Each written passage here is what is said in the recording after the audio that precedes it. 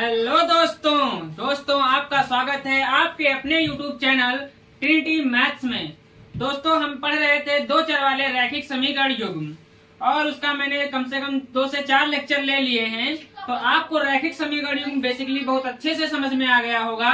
और इस लेक्चर में हम सीखने वाले हैं, हमारे यूपी बोर्ड में पूछा गया था ये क्वेश्चन और ये बार बार पूछा जाता है। मैंने बस एक बार लिख दिया है कि 2019 में पूछा गया है, लेकिन पूछा ये बार बार जाता है। कम से कम ये आ रहा है 2016 से और उम्मीद है कि ये क्वेश्चन अब की बार भी आएगा। जरूर ये 2 नंबर का आएगा, 2 से 1 नंबर में ये क्वेश्चन जरूर ही पूछा जाएगा। तो आप लोग 2 नंबर और 1 नंबर तो यहाँ से पक्का हो जाएगा अब की बार इस वीडियो से, ठीक है। तो अब हम फिर से वही चीज डिस्कस करेंगे। क्या लिखा है कि रैखिक समीकरण संगत है या असंगत। भैया जो नीचे समीकरण लिखा है रैखिक वाला, ये दोनों भैया रैखिक समीकरण हैं। कैसे समीकरण हैं? रैखिक समीकरण हैं। अब रैखिक समीकरण क्या होता है? तो हमने पहले आपको बताया था कि रैखिक समीकरण उन्हें कहते हैं जिनका क्या ग्राफ जो होता है वो सरल रेखा होता है, वो होते हैं हमारे रैखिक समीकरण। क्या होते हैं? रैखिक समीकरण। दोस्तों आपसे एक बस गुजारिश है कि यदि आपको मेरा वीडियो पसंद आ रहे हों, ठीक है, तो आप मेरे वीडियो को लाइक जरूर कीजिएगा और हमारे चैनल को जरूर सब्सक्राइब कीजिएगा, ठीक है दोस्तों। और वीडियो को ज्यादा से ज्यादा लोगों तक शेयर कीजिएगा और अपना प्यार हमारे ऊपर बनाए रखना इसी तरीके से, और वीडियो को देखते रहिए। और अब हम इस क्वेश्चन को सॉल्व करते हैं, ठीक है।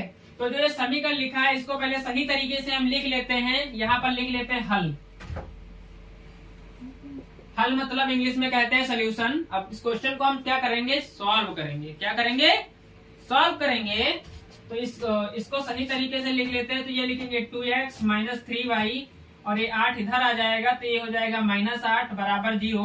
और इसको मान लेते हैं समीकरण नंबर 1, ठीक है। दूसरा समीकरण हम इधर लिख ले चलो। 4x - 6y बराबर 9 नहीं, इसको सही तरीके से लिखना है, जैसे हमारा व्यापक रूप होता है उसी फॉर्म में लिखना है इसको।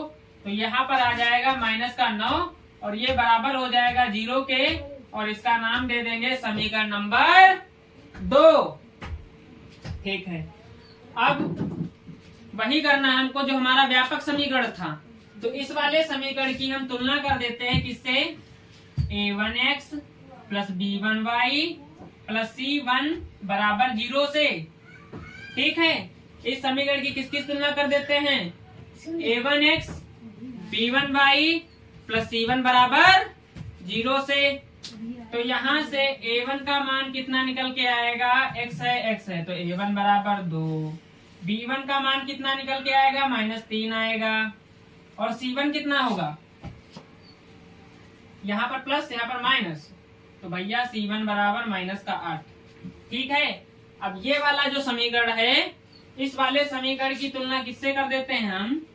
इससे कर देते हैं a2x + b2y + c2 बराबर 0 से। अब a2x 4x, a2 के स्थान पर कितना है? 4 है। 4 मतलब 4।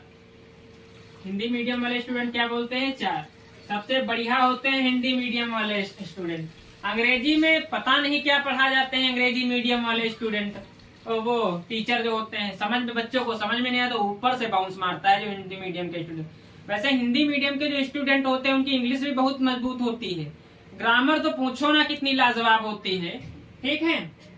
क्वेश्चन को अच्छा देखते हैं। यहाँ पर क्या लिखा है? b2y लिखा है। क्या लिखा है? b2y लिखा है। अब y यहाँ पर है, y यहाँ पर है, तो b2 कितना है? -6 है। b2 कितना है? -6 है। और c2 कितना है? c2 है -9। c2 कितना है? -9। देखो मेरी बात आप लोग समझना। देखो भाषा मायने नहीं रखती है, लैंग्वेज मायने नहीं रखती। जैसे आपको ग्लास में पानी दिया जाए तो आप क्या कहेंगे? नहीं, हमको कांच के गिलास में नहीं पीना, हमको स्टील के गिलास में पीना है।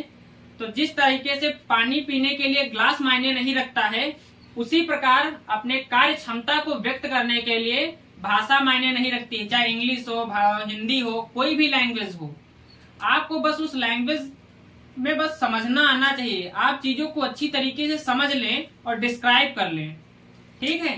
तो इसीलिए मैं कह रहा हूँ कि भाषा मायने नहीं रखती है, आपकी कार्य क्षमता मायने रखती है, आप उस चीज के बारे में कितना जानते हैं ये मायने रखता है, ठीक है। मैं किसी की बुराई नहीं कर रहा हूँ, बस मैं ये कह रहा हूँ कि भाषा मायने नहीं रखती है, ठीक है। अब हम बात करते हैं क्वेश्चन की। तो हमने यहाँ तक इस क्वेश्चन को क्या कर लिया है, सॉल्व कर लिया है।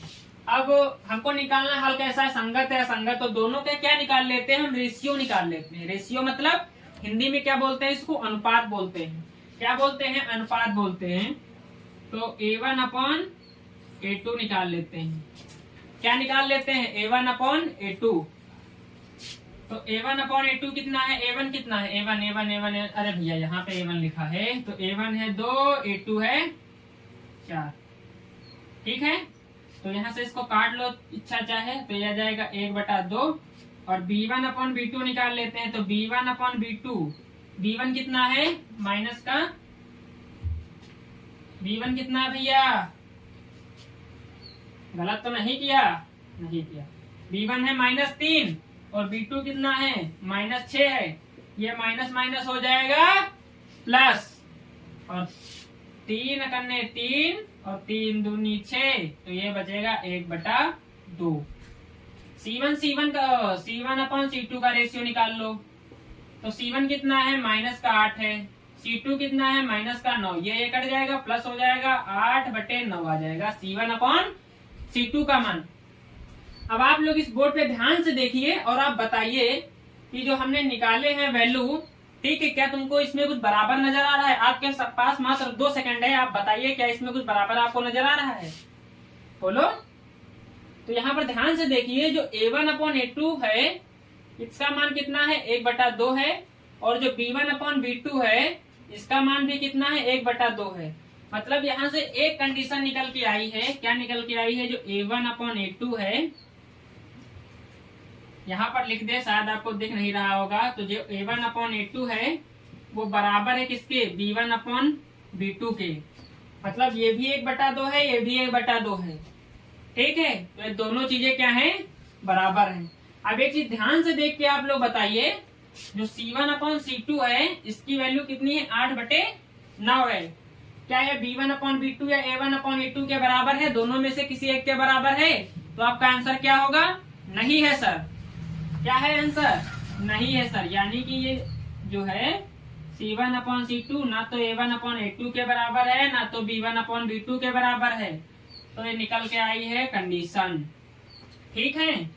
अब ये वाली कंडीशन किसकी है भैया, तो ये वाली कंडीशन होती है असंगत हल की। अच्छा, एक चीज आप लोगों से क्वेश्चन है मेरा, कि जब ये हल जो असंगत है, तो जो कंडीशन निकल के आई है, जो A1/A2 बराबर B1/B2 बराबर नहीं है C1/C2 के, तो जो कंडीशन ये निकल के आई है, यहाँ पर किस प्रकार की रेखाएं बनेंगी, कैसी रेखाएं बनेंगी। आप लोग एक बार जरा सोच कर बताइए कि रेखाएं कैसी होंगी, प्रतिच्छेदी होंगी, समांतर होगी, संपाती होंगी, कैसी रेखाएं होंगी, कैसा युग्म होगा। आपके पास मात्र है 3 सेकंड, और इस 3 सेकंड में आपसे हमको आंसर चाहिए। बोलिए आंसर इसका क्या होगा, कमेंट बॉक्स में आंसर जरूर लिखना है इसका, ठीक है। तो A1/A2 बराबर B1/B2 does not equal to C1/C2। वैसे मैं बता देता हूँ किसकी कंडीशन है, ये कंडीशन है बन के आई है असंगत हल की। अब हल कैसे निकल के आए, असंगत हल। और ये जब ऐसी कंडीशन निकल के आती है तो क्या होता है, रेखाएं एक दूसरे के क्या होती हैं, समांतर होती हैं। क्या होती हैं, समांतर होती हैं। इसका मतलब यहाँ पर जो रैखिक समीकरण युग्म में दिए हैं, इसका किसी भी प्रकार का कोई हल निकल के नहीं आया होगा, ठीक है। तो यहाँ से ये हमारा क्वेश्चन हुआ फिनिश, ठीक है। ये बोर्ड एग्जाम के हिसाब से बहुत ही मस्त क्वेश्चन है, लाजवाब क्वेश्चन है, पूछा ही जाएगा, इस चीज की गारंटी है मेरी, ठीक है। और अब की बार बोर्ड एग्जाम में आप धमाल मचा देंगे, धमाल, ठीक है। मैं आपको ऐसे पढ़ा दूंगा, मैथ रट जाएगी आपको। वैसे रटना नहीं है मैथ, मैथ इज मौज मस्ती, मतलब मैथ को पढ़ो मस्ती से, ठीक है। और प्रैक्टिस करते रहो। आप मैथ में जितनी प्रैक्टिस करेंगे आपको क्वेश्चन उतनी ही जल्दी सॉल्व होंगे और उतना ही क्लियरिटी होगी आपको।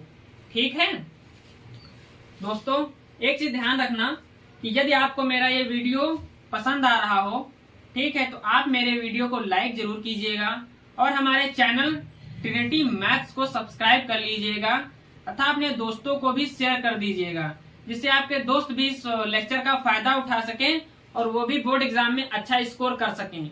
ठीक है दोस्तों, तो इस वीडियो को हम यहीं पर करते हैं एंड, और आप लोगों को हमारा thank you. Okay, thank you.